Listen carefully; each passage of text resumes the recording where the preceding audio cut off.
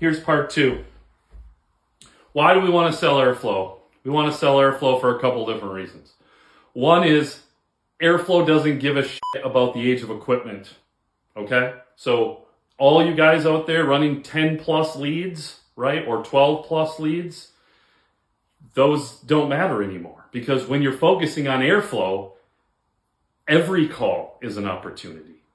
At my company and companies I teach and mentor, we sell $10, $15, $20,000 duct packages on 1 or 2 year old systems.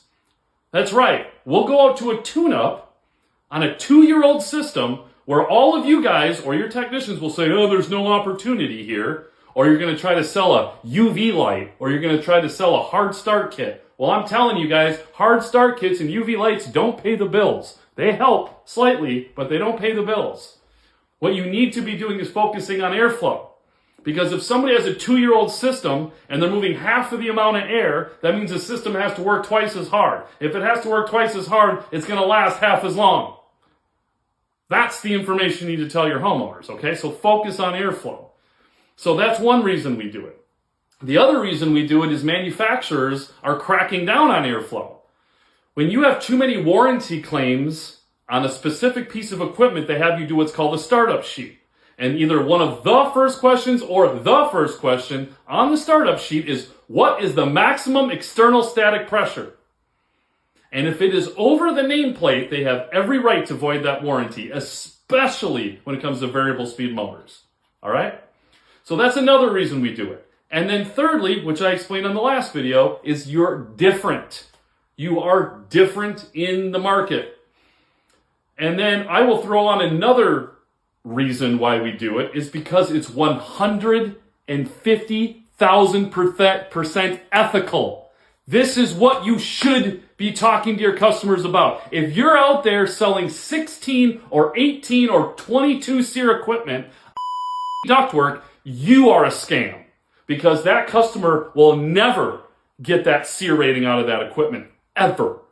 So you're selling them expensive equipment on the promise of better SEER rating, and once you install it, there is no way they're going to get it out of it. Flat out, period.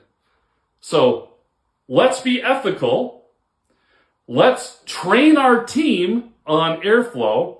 Let's learn how to sell it by explaining it and communicating it correctly to the homeowner. Let's actually get paid to get them a price on fixing the airflow. That's right. We sell our customers a type of diagnostic between $300 and $1,500 just to figure out why the airflow is failing. So yes, we get paid to give the customer an airflow estimate. Talk about flipping that on its head, right? So, for all these reasons we want to do it. Here's another reason why. Profitability, all right? So let's just say you are going to pitch equipment that's $20,000, okay? More than likely, at best, you guys are aiming for a 50% gross margin. More than likely. Now, if I can sell them a ductwork package first, before I even pitch the $20,000 for $10,000 at a 70% gross margin, if I can lock this in, number one, I win. Even if they don't buy the equipment, I make more money because I'm at a 70% gross margin instead of a 50% gross margin.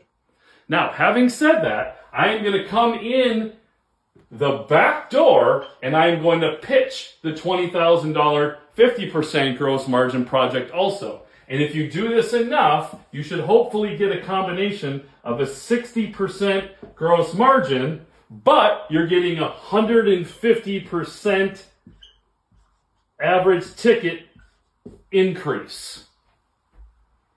Now, how do you do that? That's where I come in.